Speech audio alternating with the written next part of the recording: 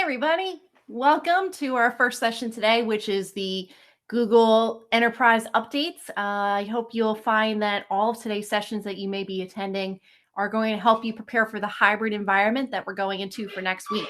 I will start by apologizing that I am doing this remotely today.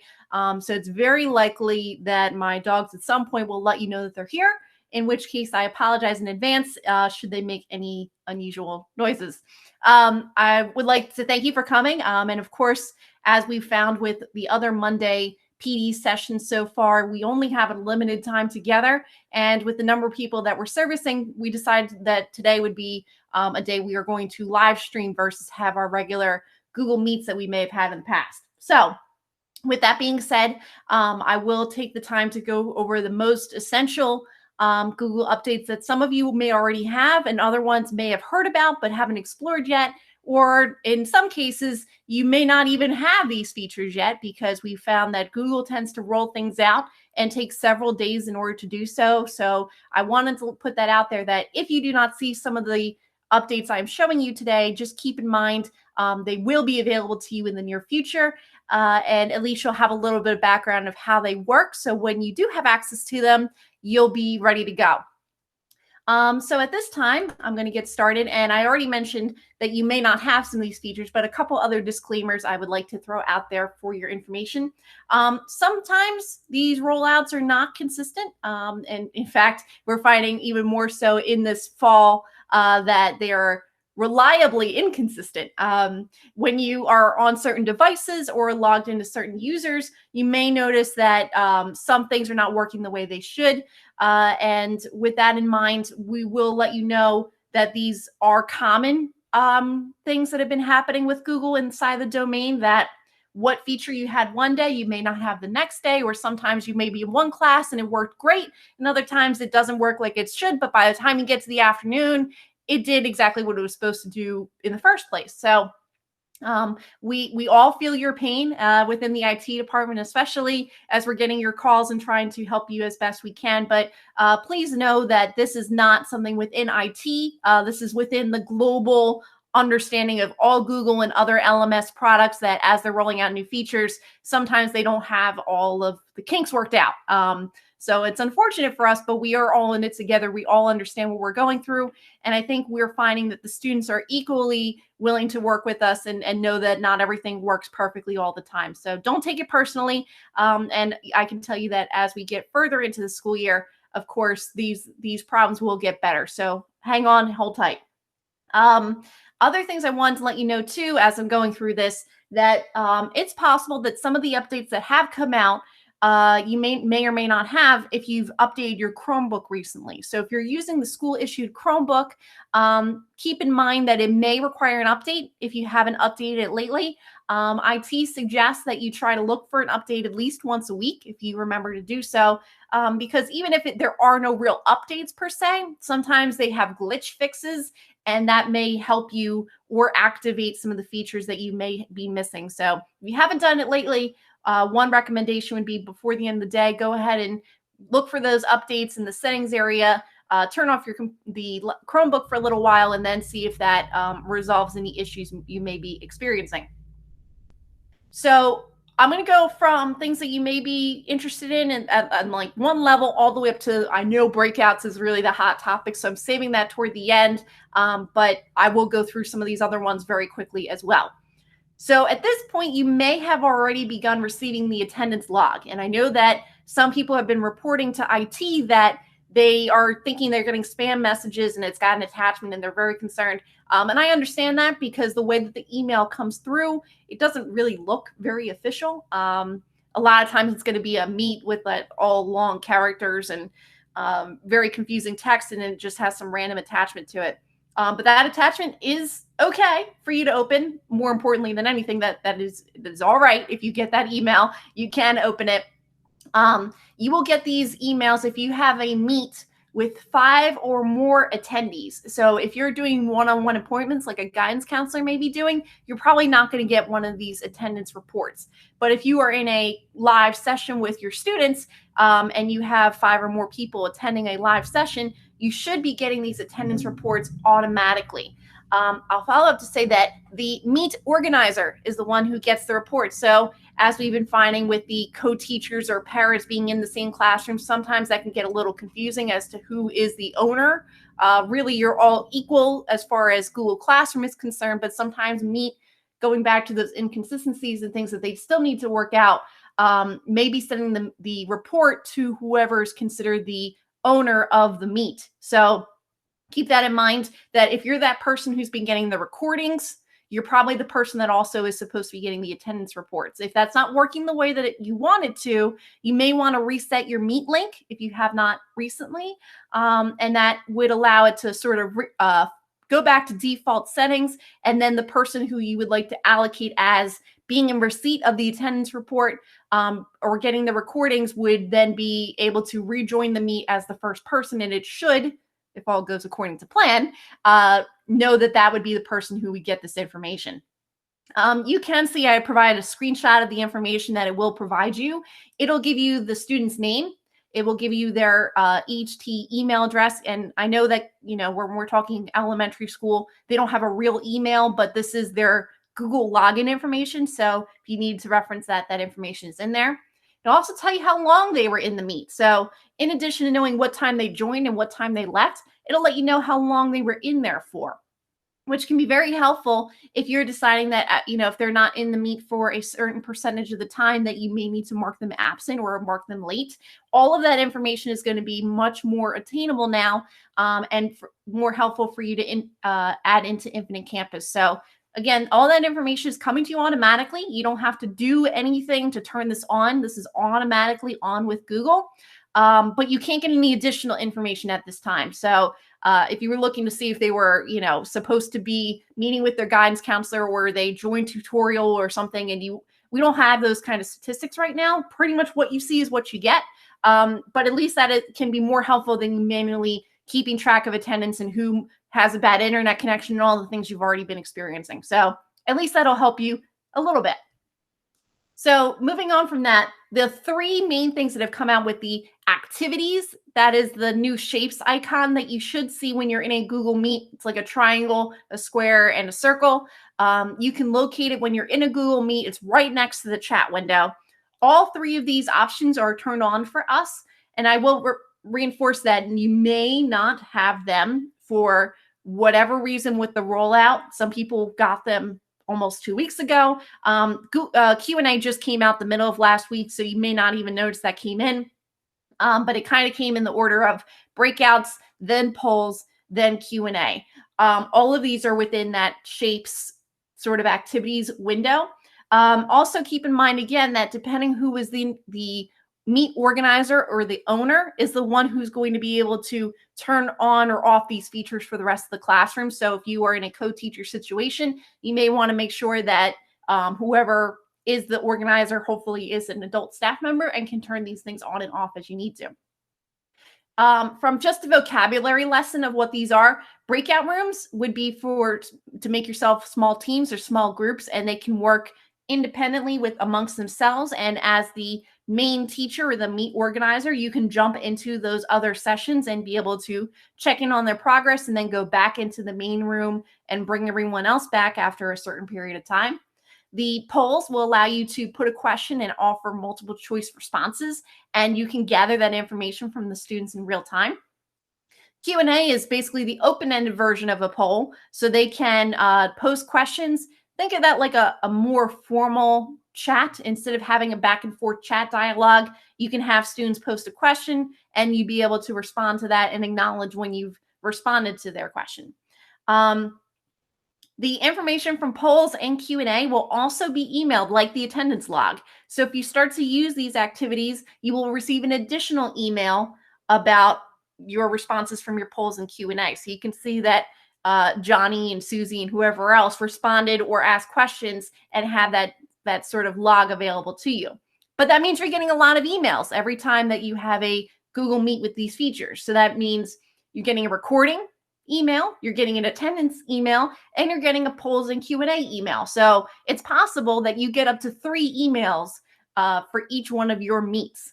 So keep that in mind. They are all coming as a separate email.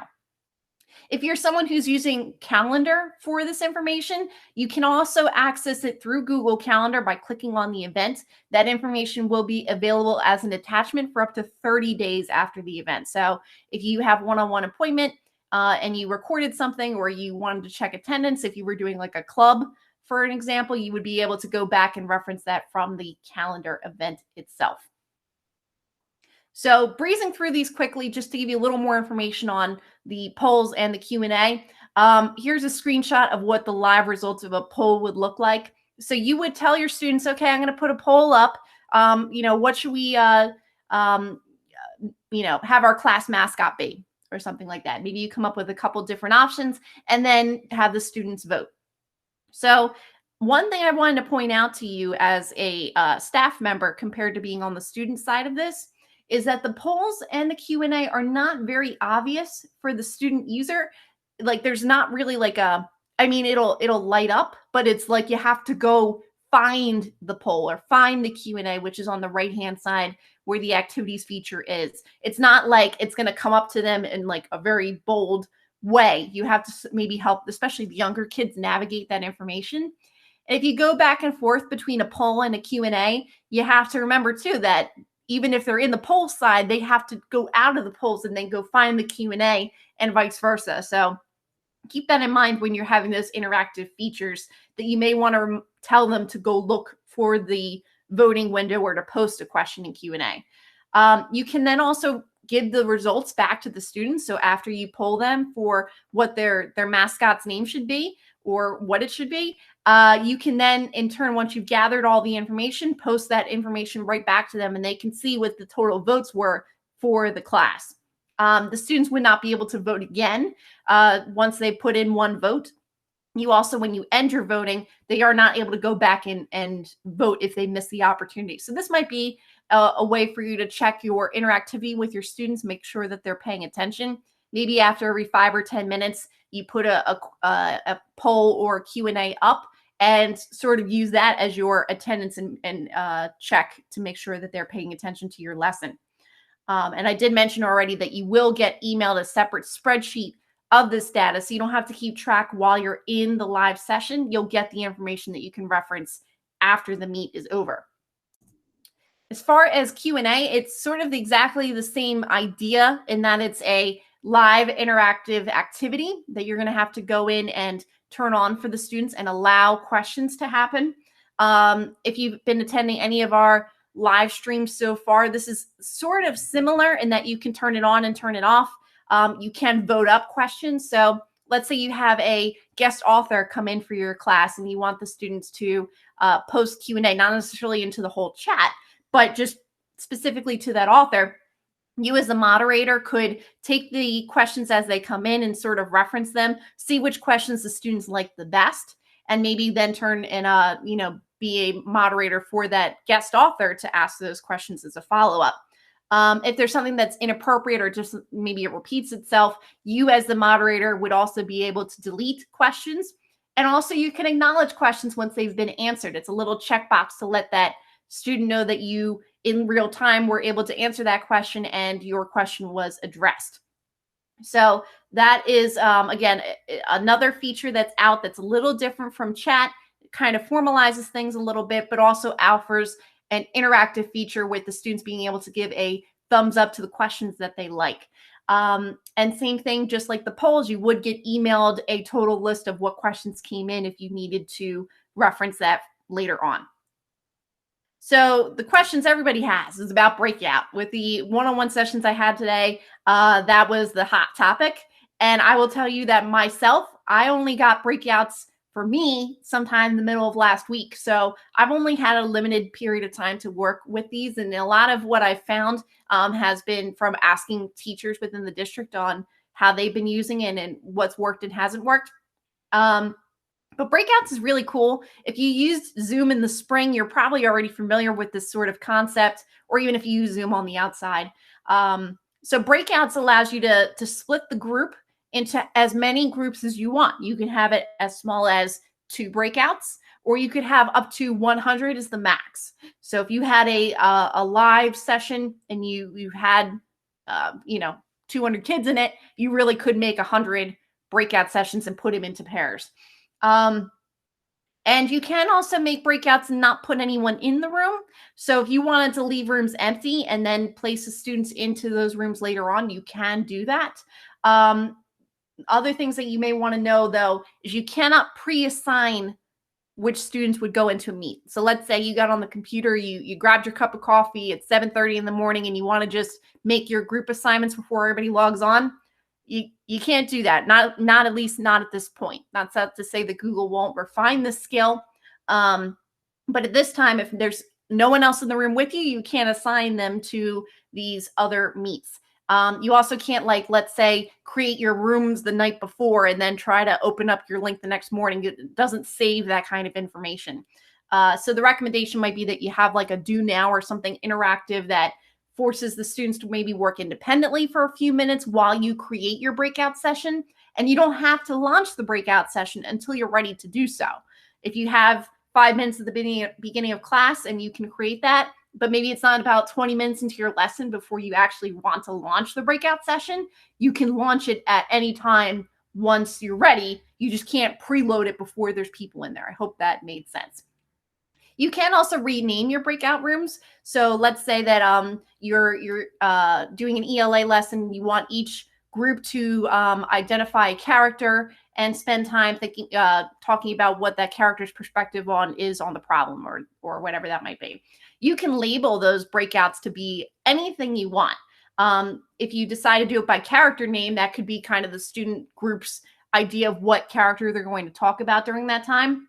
You could also make it a progressive thing that if they're you have like a brainstorming group and then you have, the writing prompt group, whatever that might be, and then make it almost like into stations, or as they progress through the lesson, they can kind of finish out in this one area, come back into the main room to tell you they're complete, and then you can move them into another breakout session. They're not stuck in the breakout session. If you put them into a session and they want to come back to you in the main room to ask a question, they can do that. Just keep in mind, though, that you as the teacher, again, the meet organizer, you're going to be able to jump back and forth. But if you leave the main room empty, that means that the room will be empty. If you have 5 breakout sessions going on at the same time, you can't be in all 5. You would have to click and jump into those other positions. It may be a good idea if you are in a special ed environment or you have a paraprofessional, that you manually assign the paraprofessional or the special ed in-class resource teacher to have that group of students working together, and then maybe you're working with the general population. Whatever that might look like, I do want to let you know that that is available to you now. And just keep in mind, again, that there will be some quirks with the whole meet organizer rights. But at least it's there. And one other thing I want to let you know is if you are going to continue recording your sessions, the recording will only record the main meet. If you want to record the individual breakout sessions, you're going to have to go into each breakout and hit record to each one of those rooms. You can decide whether that makes sense for you or not, but I do want to make that information known that if you hit record, it's not like it's going to record all the activity of all the different rooms. You'd have to do each one manually. So with the couple of minutes that we have left, I wanted to give you the information I think might be helpful for you to consider while you're going into the hybrid environment next week. Some of this will be repeated in the hybrid expectations for teaching and learning if you go into that session later this afternoon or you reference the document that was shared with you. But here's like some bullet points that you might want to take away. One is that there's really not going to be an opportunity for Chromebooks on location on campus. Also, BYOD, bring your own device, will be temporarily deactivated. So even at the high school level, the students won't be able to log on to Wi-Fi. So even if they do bring their own device, they're really going to be relying on their own cell phone service. And you can imagine it's not that great. So you should probably plan your lessons accordingly, that they will not have any live devices in front of them. Now, your online students will, of course, still have the devices available to them, but your in-person students will not. So you're going to have to make that call while you're planning your lessons. It's also recommended that you bring in the Chromebook. If you got one of the school-issued Chromebooks, that you bring it back to school in order to have that webcam and interactive feature. those Chromebooks will automatically be on the Chromebook Wi-Fi because of how IT sets it up on the back end, that it'll automatically join the Wi-Fi. There's nothing different or special you need to do, assuming you're using one of the school issued Chromebooks. It can get a little funnier when you're bringing in your own device. But for staff only who are bringing in a personal device like a personal computer, if you are not bringing in a Chromebook, but you're bringing in a laptop for your lesson, there will be information that you can get from your principal about getting you Wi-Fi. But this is not public information. This is not to be shared with students. And of course, again, they're going to prefer you bring in the Chromebook that they gave you. But if you are bringing in another device, there will be opportunities for you to do that and get special Wi-Fi information for that. That's not going to be your school login for that to work. And it will be locked down to really just educational sites. So I do want to let you know that information as well. My suggestion is, if you're going to use breakouts during hybrid, that you do not have your live students interacting with your online students. It would be better if you have your in-person students, if you're going to break them into groups, use them in groups physically in person, and then have your online cohort work interactively with your online cohort and break them into groups instead. Again, coming back to, there's not going to be enough devices really at all for you to even have one or two Chromebooks in the room for the students to be able to interact. It's just better if you kind of cut that the online people are online and the physical people are there in front of you, and they can do their own small groups instead. I don't pretend to be a Pear Deck expert. I have the basic information, but I want to let you know that my understanding with Chromebook would be that you would want to have the synchronous mode when you're doing live instruction, and also have it in the presentation view as the teacher. So when you're projecting your Pear Deck up on the screen for your in-class students, they're able to see the presentation. Meanwhile, the students that are online would be able to still interact and be able to drag and do those sort of interactive features, but you're going to have to make the kind of accommodation for the fact that your in-person students will not be able to click and drag and do the interactive components at that time. I also would let you know that you will still have your desktop or computer that is hooked up to your projector, whatever setup that might be for your classroom. So my suggestion would be that you use that computer to do the present your screen during your live session. And then you can also use your Chromebook or whatever your personal device is to be your webcam interactive component. Going back to if you have breakouts or just from a stability aspect, your desktop laptop, your classroom desktop has a stable Ethernet connection the entire time. It's not worrying about Wi-Fi. So that's going to be more stable. It'll be easier for you to present to your students live with your presentation, but also for the online students, you're not going to lose connection. So that would be just a food for thought on that one. Also, IT is recommending that you do not record your full lessons during hybrid days. If you need to do small mini lessons as a recording, or of course, when you're at home doing your Mondays, that's going to be a different story. But going back to the bandwidth considerations that we are, especially for the first couple of weeks of school, recordings and presenting videos live through a stream is what can bog down the bandwidth. So the suggestion would be to not record during hybrid days. And also, as far as streaming videos, yes, you will still be able to access YouTube, but we are suggesting instead that you would provide the link maybe in Google Classroom as an assignment or a material for those online students to watch, that you're not broadcasting a live stream of the video. Again, that's just a bandwidth consideration that we don't want everyone to choke up and bottleneck from trying to broadcast YouTube videos. So we're trying to keep those considerations in mind and help you out so that you don't lose connection with your online students. At this time, I'm going to just post the Q&A for the last couple of seconds. I realize the session is about to end, so I probably won't be able to answer your Q&A live at this time, but if you would like to reference the link that's up there and shoot me a Q&A, I can email you back with some more information if it can be helpful. I'm about to go into my next session, so it may not be until later this afternoon, but I would like to post that for another couple of seconds.